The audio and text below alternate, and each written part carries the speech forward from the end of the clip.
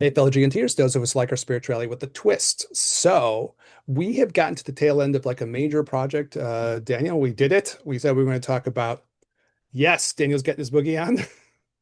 Can't see it. So Um, Eric, thank you for always saying that to our audio listeners, by the way. yeah. I gotta keep the audio listeners in tune, Yes, right? sir. It wasn't exactly like what's the old Trump joke about like it looks like I'm dancing like I'm jerking off two dudes at the Yeah, same no, time. Isn't that not the old that one. trumpet? It No, wasn't that. It was like a little no. bit more like a slow boogie. Yeah.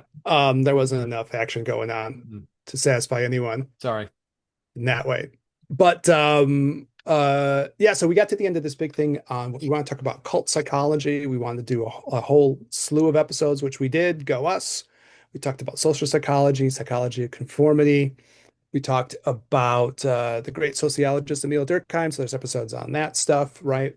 And then we did Max Weber and his whole idea of different times, different kinds of like, I know authority and stuff. So we got to the end of all of this, certainly episodes you can check out if you want to like follow through everything we've been up to.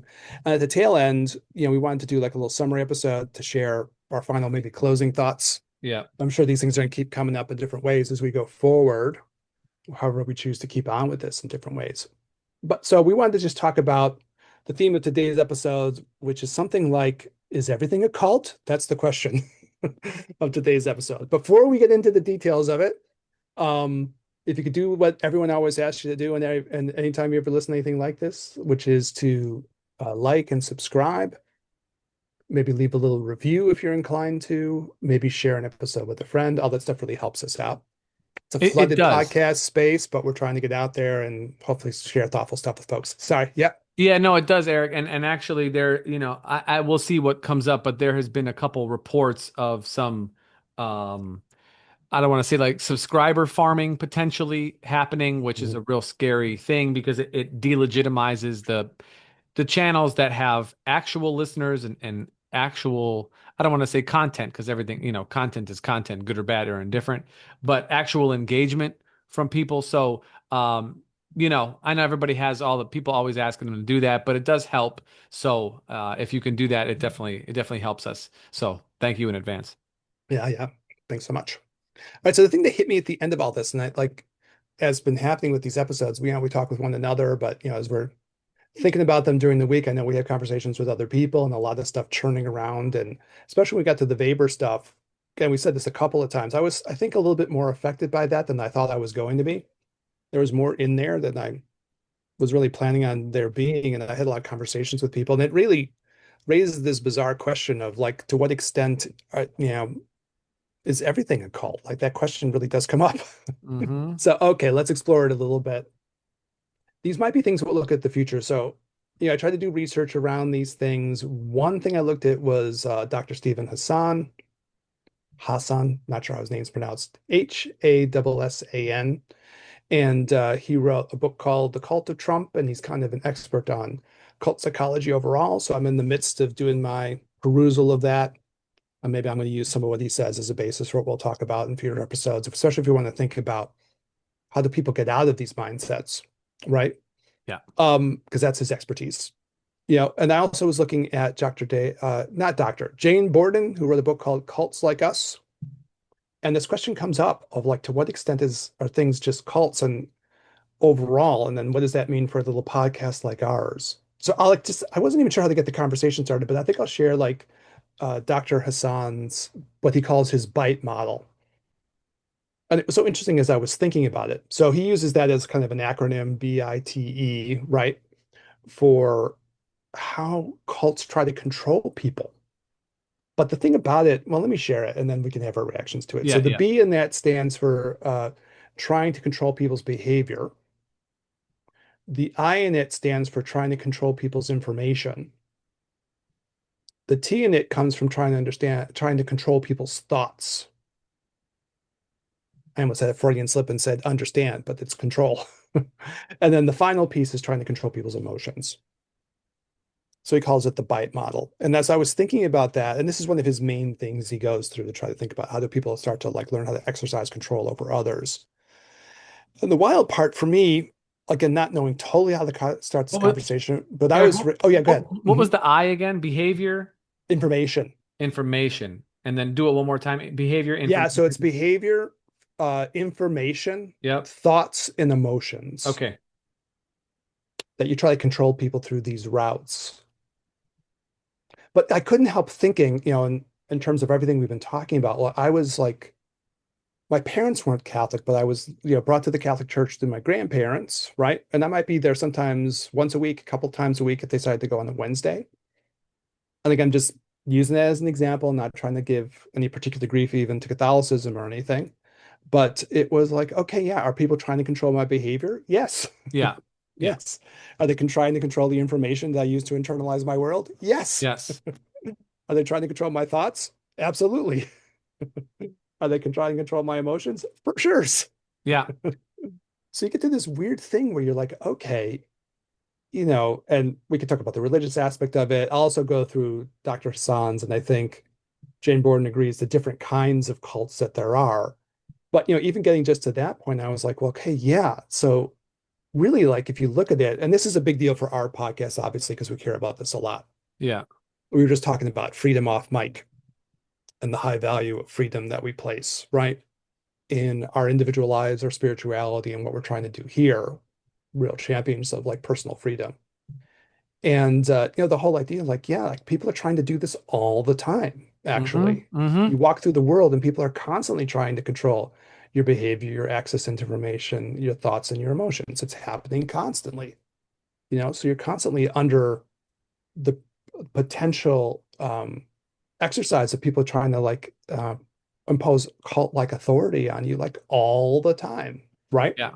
I It's know a you got a mechanism. response to it first. Yeah, let me throw it back to you, get your feedback on it, Yeah, but it's a mechanism of control. These are mechanisms of control in general. But if I can, I like this. But what I think when again, I'm going to go back to social media consumption, and then we'll just make it broad, and we'll say media consumption, including like what we call legacy media, as well as independent media.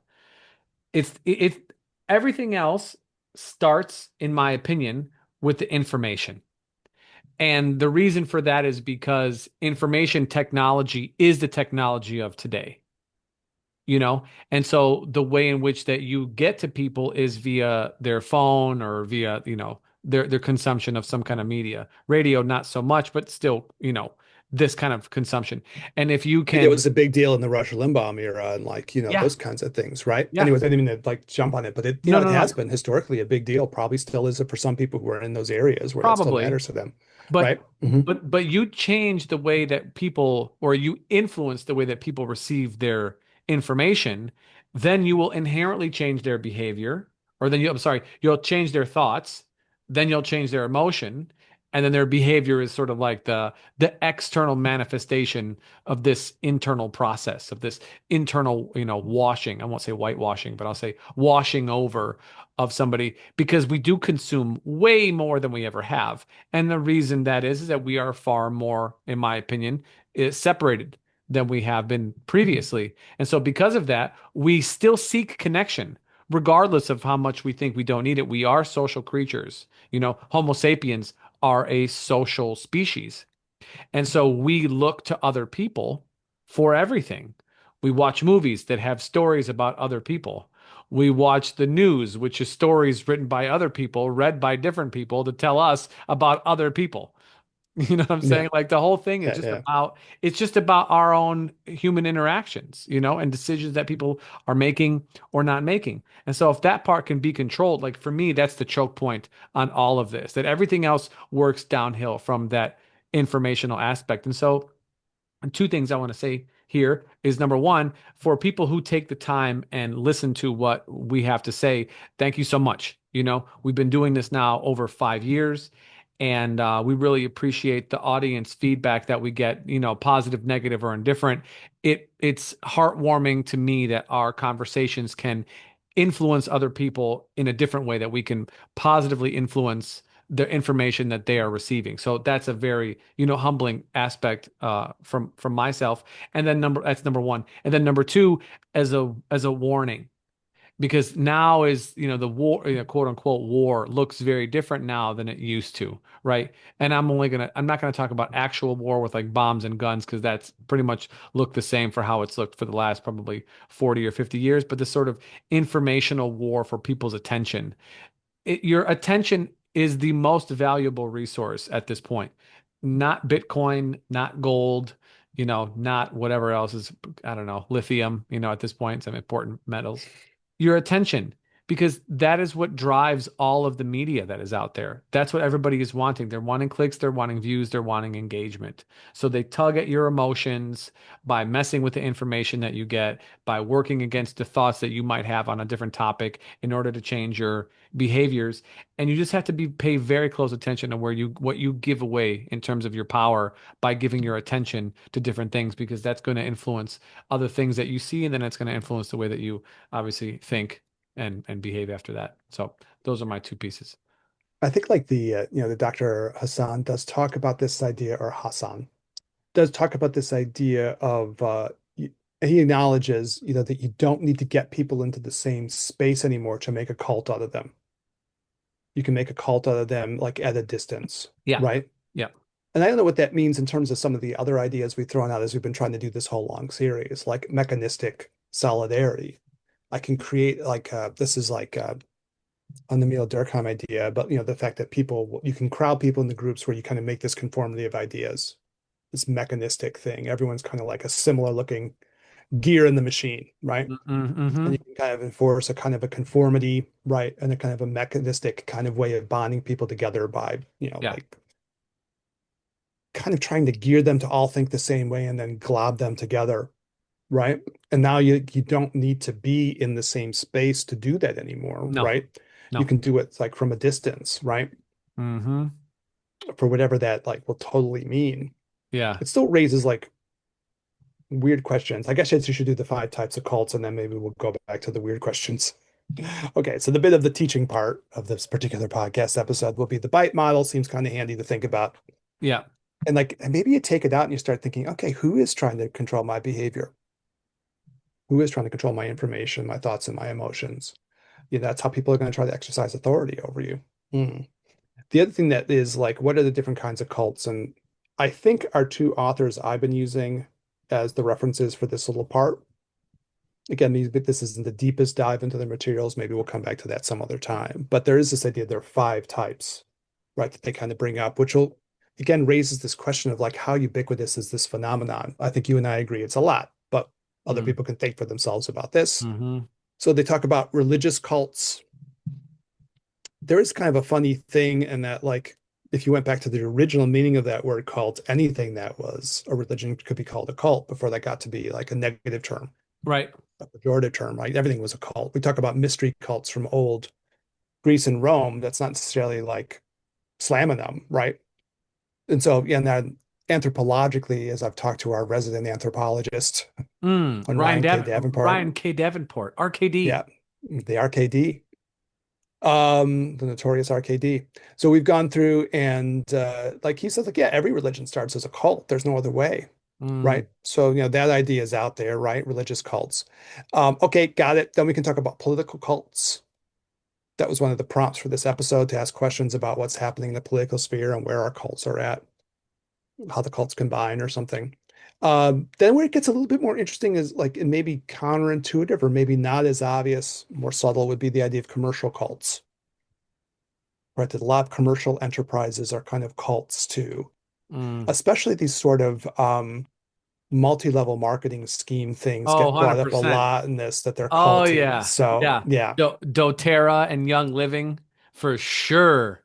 So I don't know if I know those two. Okay, Oh tell me, give man. me just a little context on. We have to do a whole thing about that. But okay, so Yeah, what are they so about? these are essential oil companies, both out of Utah, both coming from, having Mormon beginnings, for sure. People who are into them are known as oilies, you know. Oh, I didn't know that. Okay. Yes, yes, that is. If that's offensive, that's just what it is. Um, Uh-huh. but the goal is for you to, there's a couple parts. One is obviously to get you to sell the product, but more importantly, as all MLMs work, mid-level marketing, is for you to get other people to work underneath you. And then the Mhm. same thing flips. And it's like, well, they need to get 3 people working underneath each of them. And so if that happens, then you'll have 10 people working underneath you and you get a fraction and it goes up and up and up and up. Now, I do know somebody who is in there and they make a lot of money, man. If you get to the top of the hierarchy. Yeah, I Hmm. mean they're doing well over 100K a month. Oh, Yeah, okay. yeah. Hmm. And so their goal at that level is to how can I start a new business with essential oils as a piece of the business. So I'm not just selling essential oils. I need to sell an entirely different thing that have oils included into it. And so, yeah, it's a whole, it's a whole thing. And so, but these people, when they think about like, when they're really in it, it's like, oh, you have headaches? Try our headache ease. It's a blend of bergamot, lavender, and rosemary. Put one drop on each temple. And don't get me wrong, I like essential oils. I use them in the clinic. They're nice, but like for them, that's the it. That's the it. That's not the ick. That's the it for them for sure. I've yes. So there you go. So my son knows a little bit about it because he was watching this show called Young Sheldon, which is kind of a spin-off of Big Bang Theory. Yeah, yeah, yeah, yeah. And the mom gets kind of roped into one. So at least my son is informed of what multi-level marketing kind of scam Good. is. Yeah, yeah. And I think it's the dude from Seinfeld who played George. I can't remember the name of the actor. Is it Jason Alexander? Yeah, Alexander, exactly. Yeah, so he plays the kind of conny guy who's trying to get everybody involved in his multi-level marketing scheme in their little town in Texas, trying to scam everybody. As far as the stuff over here goes, that Jane Borden, who wrote the Cults Like Us book, right? And she definitely has this feeling of like, "Bah, man, everything is a cult all around you once you sort of get that framing." Sure, yeah. She has the whole chapter, and like it was interesting to listen to because I can remember back, I grew up in a kind of a crappy semi-rural suburb of Chicago, and my mom almost getting roped into Amway. Oh, Amway. Yeah, that's an old school one, Oh, man. going back into the old school, right? Yeah. And this idea of getting sucked into these things. And I'm sure my dad would have been so pissed off at her because you have to buy a bunch of shit probably You do. and You then try do. to sell it to Yes. other people. And Yeah. my dad, I'm sure, would have been like, there probably were some pretty wicked fights about that. And they didn't need a lot of reasons to argue. But in any case, yeah, it was like so she goes on about that. And like I think there were even legal actions that were trying to be taken against them to Yeah. like outlaw them at some point. And then there was a lot of political shenanigans and probably what we would call patrimonial authority if we went back to our Weber stuff. You pay a little patronage to the leadership and you can find your way out of like the government shutting you down, which happened. So, I mean, it was interesting to hear about it. Maybe we'll do something more about it in the future. And then the one that like I didn't know too much about, just mention a couple of examples of these kind of commercial cults, because sometimes it's a little hard to get your mind around it. But like as far as the extremes of it, there was something called Nexium. Did you ever hear of this thing before? I mean, that's a prescription medication, but other than that, that's Maybe a I'm saying it wrong. that's a Mm, proton pump inhibitor Nexium. inhibitor. So I think maybe I'm doing it wrong. There was some commercial call, and it was one of the women who was like part of the cast of Smallville, the old Superman WB show. We were talking Okay. about Superman earlier, a little bit off light, and she was like a major player in this thing. And there was like some kind of commercial cult, and I don't know entirely what they were doing. It Okay. had a little bit of like Tony Robbins kind of a vibe to it or something. But Sure. it ended up being like a lot of like weird sexual abuse within the cult. And somehow, I mean, she got arrested, I think, for fraud or something. So it's a whole long story. Maybe we'll Yeah. previews of episodes to come if we decide to talk about commercial cults more. Yeah. Well, yeah. But we're learning about it. And I was like, interesting, Young Living. That's one of those oil companies. They had Mhm, there's some of that in there. Children from the founder and oh yeah, all kinds of stuff. mhm. I didn't We could realize do it. a dive on that one, Eric. That would be fun too. I didn't like know that in the Amway thing, they sell all these classes and all this stuff that you're also supposed to pour money into these trainings. Like I wasn't familiar with that, Well, yeah, because you but don't like know what you're there's doing. You got to get trained. yeah, but that's the reason. I think that's called a rationalization Yes, because there's some psychology around it. that's right. But it was like tons and tons of money that you also dump into like training videos and like inspirational talks and seminars to hype you up and all that kind of stuff. Yeah. I Uh, uh I was at this is a directly related story. I don't know how long ago it was, maybe 10 or 11 years ago. I was playing football and I rode my motorcycle to the where we were playing. There was a huge storm that I didn't know was coming, and so I got caught in this really horrific storm. So I had to wait at this restaurant that was in a strip mall, but my clothes were soaked. I couldn't drive home and that like so I walked over to the Target that was in this strip mall out in Carroll Stream, Illinois, Carroll Stream. Uh, mhm. So I'm walking through Target. I'm soaked. You know, the storm has passed, but I'm looking for a t-shirt and this woman sees me and she made some comment or something about me and she was kind of hitting on me, sort of. And she's like, "Oh, would you like to go out for coffee?" And I was like, Okay, I'll be back here next week. We can meet. I know what time my game was, so we met afterwards. So I thought she was hitting on me. Wrong. She worked for Amway, and she's like, "You're just so confident and so good looking." Da da da da. Da. I was like, "This is," but she's married with kids. I like this is. I'm like, this is no. So It's smooth though. Smooth talking shit. smooth. Uh-huh. Now I have 15 flat screen TVs in my garage. No, I'm just kidding. The thing that was funny was, I'm not funny, but related, is that Dr. Hassan, like he's an interesting dude, the guy who wrote the Cult of Trump, Yeah. where like he was like, I guess, recruited into the Moonies. And so he was a follower of Reverend Moon for a while, Wow. right? The old Yeah. school kind of Korean cult. And he got like climbed up in that a little bit to where he was like kind of a recruiter. But he said Yeah. the people who recruited with him, like he described it, he had just broken up with his girlfriend and he was feeling a little lonely. And then these two kind of like attractive women came out to him and started chatting him up. That's how it works. And then, it was like all of a sudden, there you go. Yeah. So I knew a dude back in the day, if we're just doing, because the commercial cult thing is like, we don't always think about that, Right. you know? But I knew a dude who was like part of like this thing called the Landmark Forum. Do you remember that Oh thing, yeah, Danielle? landmark. Oh yeah. I had somebody, Eric, literally, I'm not joking. She cried when I to tell me about how deeply important it was that I go with her to this thing. Uh, Cried. Real alligator tears, okay. you know? Lugubrious alligator tears, fake tears, fake real tears. Fake real tears. Yeah. Yeah, I mean Okay. it's for real, man. I was Uh-huh. like, all right, well, I guess I'll go to one of these meetings if you're gonna Did you go ever? I went, yeah, I went to one, you Okay, what know. was it like? Because I had a guy back in the day in undergrad who tried to get me to go to one. It's interesting. I want to say it probably ends up being something like Toastmasters, where you do some, you build some confident building type thing, and then you're doing some networking, and they have some psychological thing to get you hyped up. But part of it is that you're supposed to call somebody who you have static with during the first 48 hours of the weekend and make up with them and have this kind of catharsis and so on and so forth. That I mean, I didn't go to I just went to like the little intro meeting that was like an hour long, and so they're trying to build a sense of like excitement That's and like going to the camaraderie. first Scientology meeting though, or something like that. That Yeah, probably all totally. And sounds then it's like okay. Yeah. I want to say it's like 1,500 bucks. At least this is like 10 years ago. It's like 1,500 bucks for like a weekend. I'm sure it's more now, Yeah. but the people who are in it, they like it. And it's a vibe, right? It's a community, but it feels, I don't know, it felt pushy to me. And I was like, I don't need this. It definitely gets talked about. So maybe that's a separate episode Sure. too. Yeah.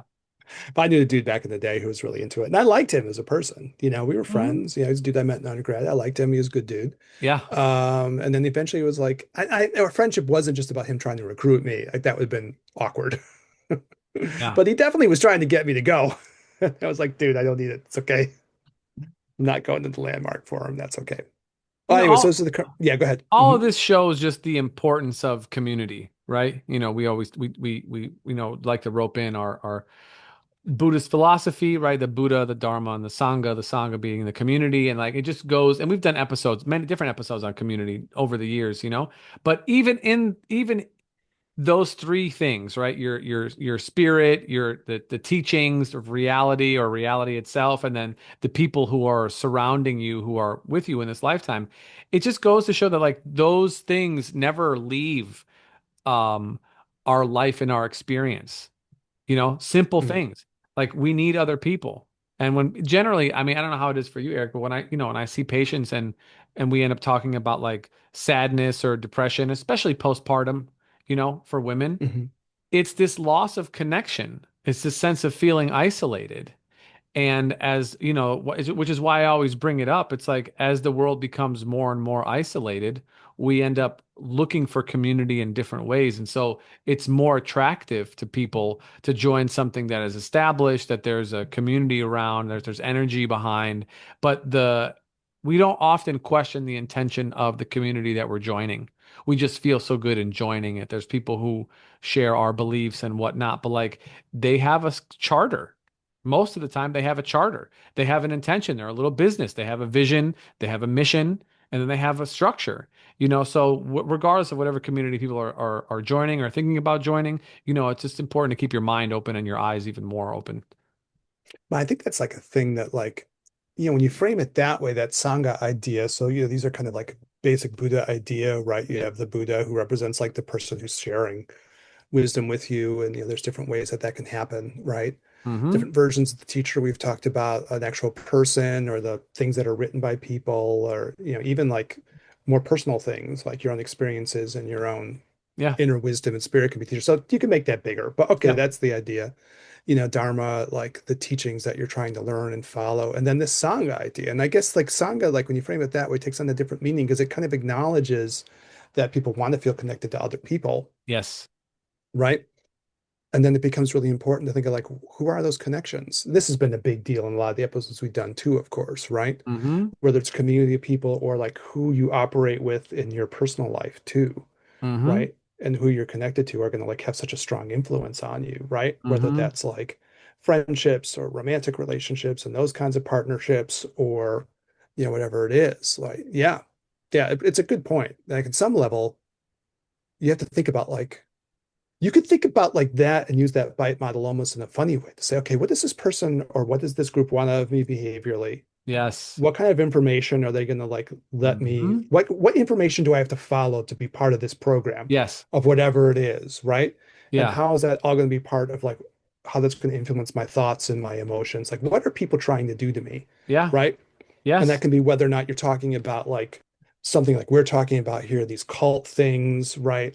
Or Mm. whether that could be a community of people you're involved with. Well, do we call it a cult? Do we not call it a cult? Or, even in our friendships and our relationships, it's not a bad schema, No. right? No. And like even, Dr. Hassan or Hassan, should have checked this pronunciation ahead of time, talks about that. You can get cults that are just like two people and they're a cult, right? And they, like what's happening with that? And I do think, and again, this has been the big deal for us over the years of doing this, like having some kind of like internal sense, internal radar, internal checklist of like, who am I going to like have as being the most important influences in my world, Mm-hmm. right? Because they're going to control my behavior, the information that I'm going to have available to me, my thoughts and my emotions. Mm-hmm. I'm What going to were do the other, that. Eric, what were the other two? The five types of cults? Yeah. So one was what he called psychotherapeutic and educational. Okay. So you can get people who are running like self-help scams. Ah. Oh yeah, those are very popular. Those are very popular. Probably even more now. I mean, I think we're seeing less of the guru on the large scale. So what's that guy's name? The big guy who almost looks like he has acromegaly. Tony Um, Robbins. there you go. Yeah, maybe he does. I don't know.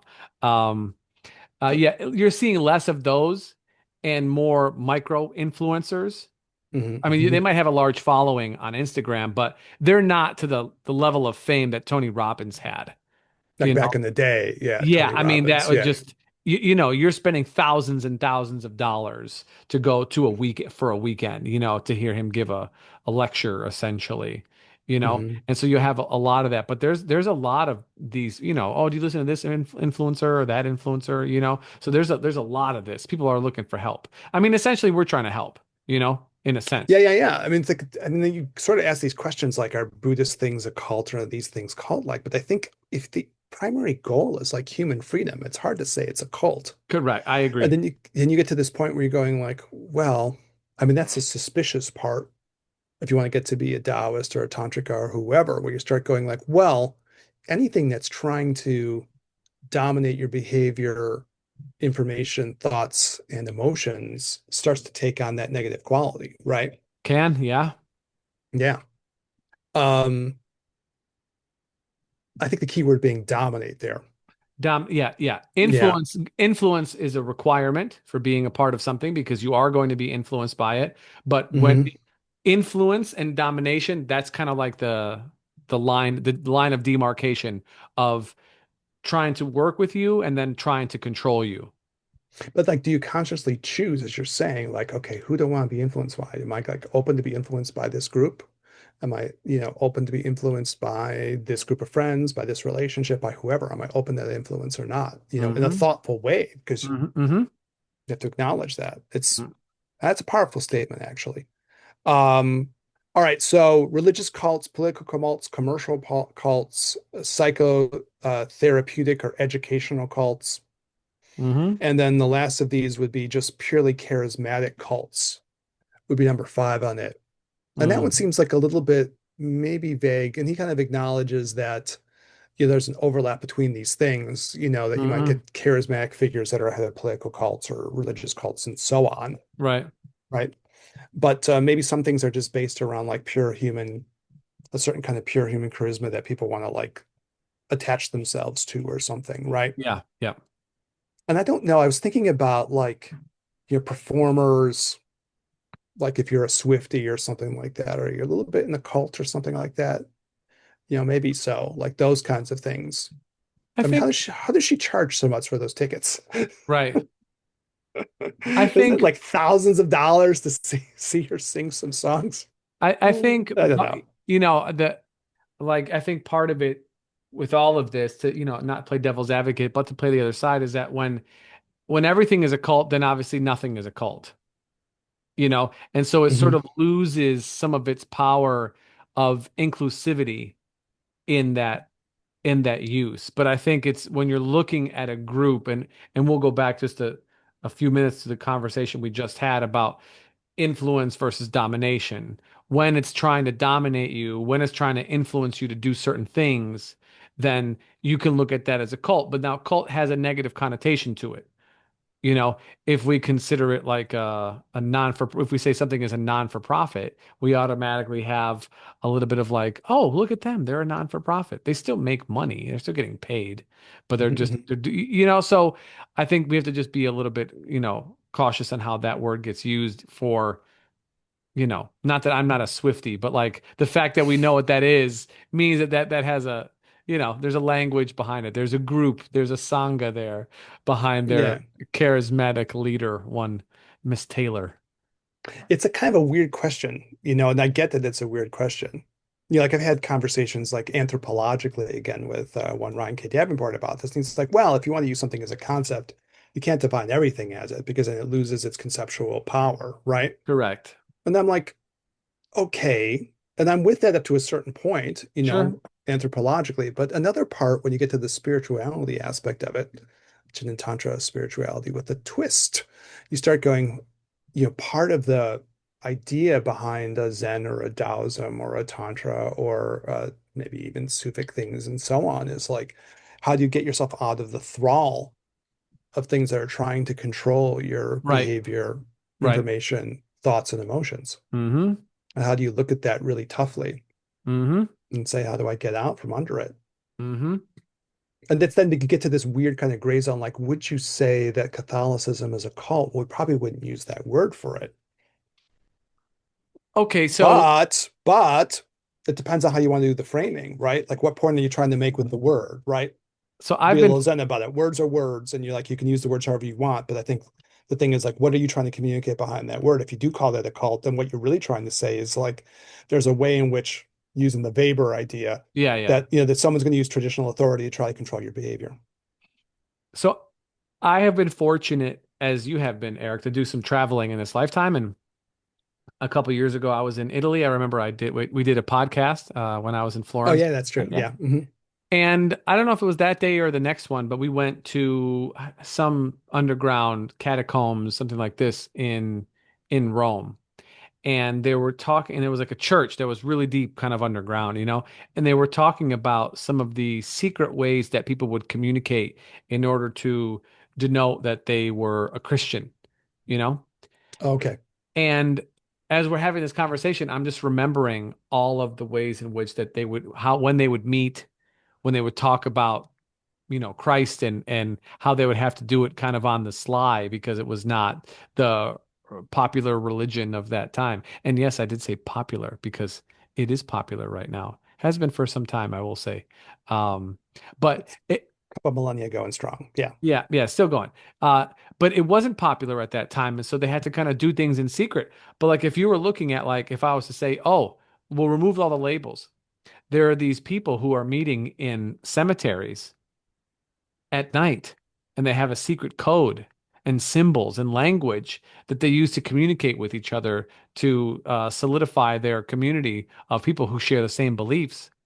That sounds like a cult, doesn't it? Yeah. Yeah. Yeah. You know, Yeah. so that word, Sounds like it could be even witches. it could, ooh, yes, that's right. Yeah. And they're Mhm. talking about people, Or drinking tantrics, actually, to be honest. Like tantric, in the right? graveyard. Uh-huh. Yeah, yeah. So there's just so many things that are shared in terms of like what we consider cult behavior and who's a cult and what's not a cult that like depending on where you're at on the spectrum of time, something that is popular now that was not previously was looked at as fringe before and now is more popular. And then if we look at, ideas that, erupt online, 6, 7 years ago were thought of as fringe conspiracy ideas now are fortunately or unfortunately, far more mainstream, and vice versa. Shit that was popular is no longer. I mean, all of this talks to everything changes, but I'm not gonna. I We're not, mean, like, if you go to like we had on our guest Leslie, right? yes, Leslie Garrett, correct. Who's talking about Who just got married. Congratulations, Les. ah, who was just like got out of the Jehovah's Witnesses, Yeah, right? yeah, And like in terms of like studying this cult stuff, those were labeled cults in the beginning for sure. yeah, And they just got bigger. yeah. And once the cult gets to a certain size, you call it a religion. Mm-hmm. But that doesn't, I mean, from a like a certain psycho-spiritual point of view, that doesn't really change the meaning of it just because you happen to get bigger. I think the Correct. concept is the same.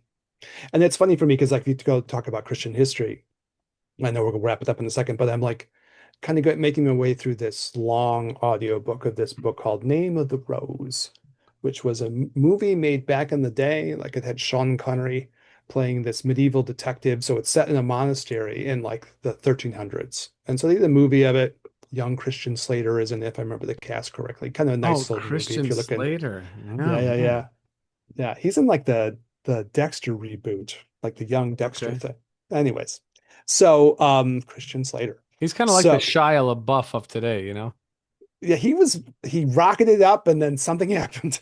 I don't know what Yes. happened to our man, but nope, didn't carry on. Nope. Didn't carry on, my wayward son. So but the book is kind of wild. It's written by this author named Umberto Eco, and he was actually a scholar of like medieval Christian history.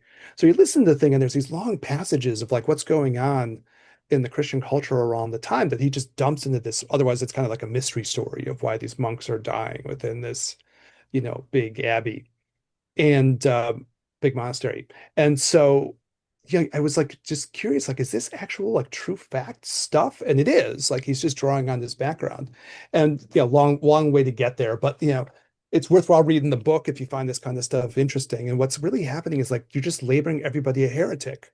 Mm, So there's all kinds of Christian Inquisition stuff going on, mm, and you're just going, okay, well, this group is a heretic. And the reason they get labeled heretics, some of them is like they're saying that people should take vows of poverty and shouldn't have, such a hierarchy. And, all these things that we'd be like, well, doesn't that sound like JC from the beginning? mm-hmm. Rich man through the eye of a like a camel through the eye of a needle. Wasn't that like a thing, if I remember reading that book right? And those dudes are getting like their fingertips burnt off and they're getting burnt at the stake and like tortured and shit. And you're like, okay, and why do you do it? Well, you just label that group of cult. Yeah. You say they're the heretics, and now we're going to go Mm-hmm. after them or something. Mm-hmm. So, like, who's the cult? Yeah. In the end, it's a kind of a tough call. Yeah, yeah, yeah. Mm. Well, maybe it's a conversation killer, conversation settler. Once you get to the point where you're burning people's fingers off, the Yeah, episode's that's over. you're like, oh man. There's really no place to go besides that. I burned my finger on the lighter the other day. No, I think that, the last thing I want to say probably is that like we'll kind of like wrap with this the idea that the bite, right? The behavioral the informational, controlling the thoughts and the emotions. Well, just real quick on Daniel before I get your closer. Then if you take that and you also cross it with there's religious, political, commercial, psychotherapeutical, educational, and charismatic, you're covering a lot of society. Yeah, yes, that's true. If you really spread it out, which I think is part of these people's points too, Jane Borden and Dr. Hassan, this idea like, man, once you start framing it that way, you realize you're talking about big groups of people Yeah. who may be Yeah. in the thrall of something like this. Anyways, sorry, but No, no, like no, you're good. Like, the so sweep of it's big. all of that to that kind of control, again, we go back to our Buddhist principles, that's conditioning. This is exactly what this is. It's, and I'm going to use it through the lens of the purview is going to be the informational control, meaning what you see, how you see it, when you see it, if that's even possible. And then to control the thoughts, emotions, and behaviors, this is conditioning you. That's what they're trying to do.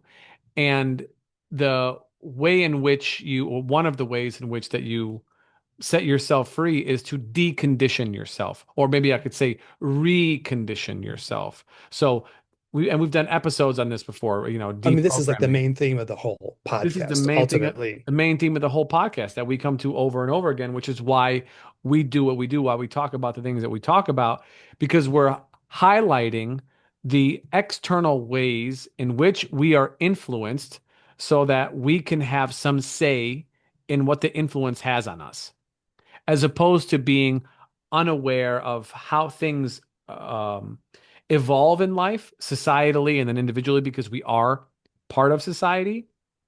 If you can see them and recognize them, then you can have some influence over them, because the first part is awareness, is recognition. And so all of this is conditioning. Everything is conditioning. Our religion is conditioning, our family is conditioning, our gender is conditioning, our school is conditioning, our work is conditioning. Everything that we take in is conditioning. And so I'll go back to the same thing that I said before, about joining a group. Do you understand the intention of the group that you're joining? Do you understand the outlet, the media outlet that you're consuming, or the influencer, or the business, or the religion? What is the intention? The intention that you are saying, that you are signing up for, that you are saying yes to. If you don't have some awareness of what that is, then you're not going to have much agency. And I think at the end of it, at the end of all the things, is that this authority is the removal of our individual agency to see what we want to see in society, regardless of what that looks like. They're taking that our will that we are either lending or not lending, and they're implementing it on other people. And if we don't agree, then we have to stand up to it. And if we do agree, then we support it. But at the end of the day, if we don't even understand what our own agency is, we're never going to be able to take control of it for ourselves. I mean, I think that's what hit me about the bite thing as I was like thinking about this episode and I was kind of listening to this stuff, reading to this stuff as I was prepping it. I was like, well, Yeah. wait a minute, this applies if you want to take this bite thing real Yeah. and serious, and you could make it in a more narrow thing to talk about like, what the Moonies are doing or whoever. But if you really want to take that thing seriously, then there's all kinds of institutions Yeah. and cultural factors and societal ideas going back to Durkheim. They're social facts, Mm-hmm. right? And what are they trying to do? Control your information, control your behavior, control your thoughts, control your emotions. Like that's the Yeah. fact of it, right? Yeah. And everyone like in that can be acknowledged. And then, if you want to talk about like there's different levels of what people mean by spirituality. But if you go to like aspects that I think are certainly important, like on an individual level, to be able to feel like you're being some authentic version of who you are. And that's to say, Dr. Hassan uses that word a lot too. I hear that language and I know that Mm. resonates on some level. Mm-hmm. On some level, you have to recognize like, I better be in charge of my own behavior, thoughts, emotions, and then what I'm taking in. Mm-hmm. I better be in charge of that. And if that helps anybody, getting to the end of this little episode for today would be like maybe you look closely at that and it's like, okay, to what extent am I free in my behavior? Yeah. Am I free in my ability to think freely and to take in different information? And is my conditioning holding me back and what I can do in my behaviors? My condition holding me back and what I can do in terms of my own freedom of thought, Mm-hmm. right? My own freedom of emotion, Yeah. and then being able to take in things and as a free, authentic individual, something like that. Yeah. I That's mean, if kind of a powerful tool. yeah, I mean, if and look at like algorithms for social media, what gets engagement is when when you're emotionally bothered by something. So most people's feeds are, influenced by things that they don't necessarily like because they see shit and they like rage click it. Like, oh, this is bullshit. They start looking at it. Mhm. "Oh, what? Come on. Oh, whatever. That's playing right to your emotions. Mhm. That's information playing right to your emotions. And then those emotions come back and they feed your thoughts of like right or wrong. This person is bad. I knew it. Now I'm going to say whatever I'm going to say and, perpetuate this, continual Gets you into conversation. some pattern of delusion psychospiritually for sure. Correct. Yeah. But maybe like, I don't think it's the end of spiritual accomplishment just to like do this question of authenticity, but I think it's like it's certainly like a principal goal on an individual level and like something you need to get somewhere, right? Yeah. So how do you reestablish that for yourself outside of these patterns of control? People Very trying to control carefully. your behavior cautiously and awarely. Yes. Yeah. Yeah. Yeah, yeah. All Well, right, thank you, that's Daniel. good, Yeah. man. That's good. That's good stuff. Eric, as Mhm. always, thanks for rocking, driving the ship, man. Audience, thank you so much for listening. Like I said earlier, 5 years, still going strong, still fully turgid. We're doing our thing. Yep. 5 years straight at it. Straight at it. But we appreciate everybody tuning in, whether you're a new person or you're, been with us for a long time. We appreciate everybody listening. Please feel free to, leave a comment anywhere where you're watching this or hit us up at the Gin and Tantra podcast on the gram. Or if you want, send us an email. We love emails. Gin and Tantra at gmail.com. Or if you know us, send us a text message and say, wow, that was interesting. Or wow, you're an idiot. Either way, it's fine. It doesn't bother me. But we love feedback from people. So, and what people say does influence. I read a comment that somebody left on one of the YouTube videos just before this episode started, and it's definitely influenced our conversation here. So, our people's feedback is just as valuable as what we have to say. And so we thank everybody for tuning in. For Eric, this is Daniel. We'll catch you guys in the next one. Peace.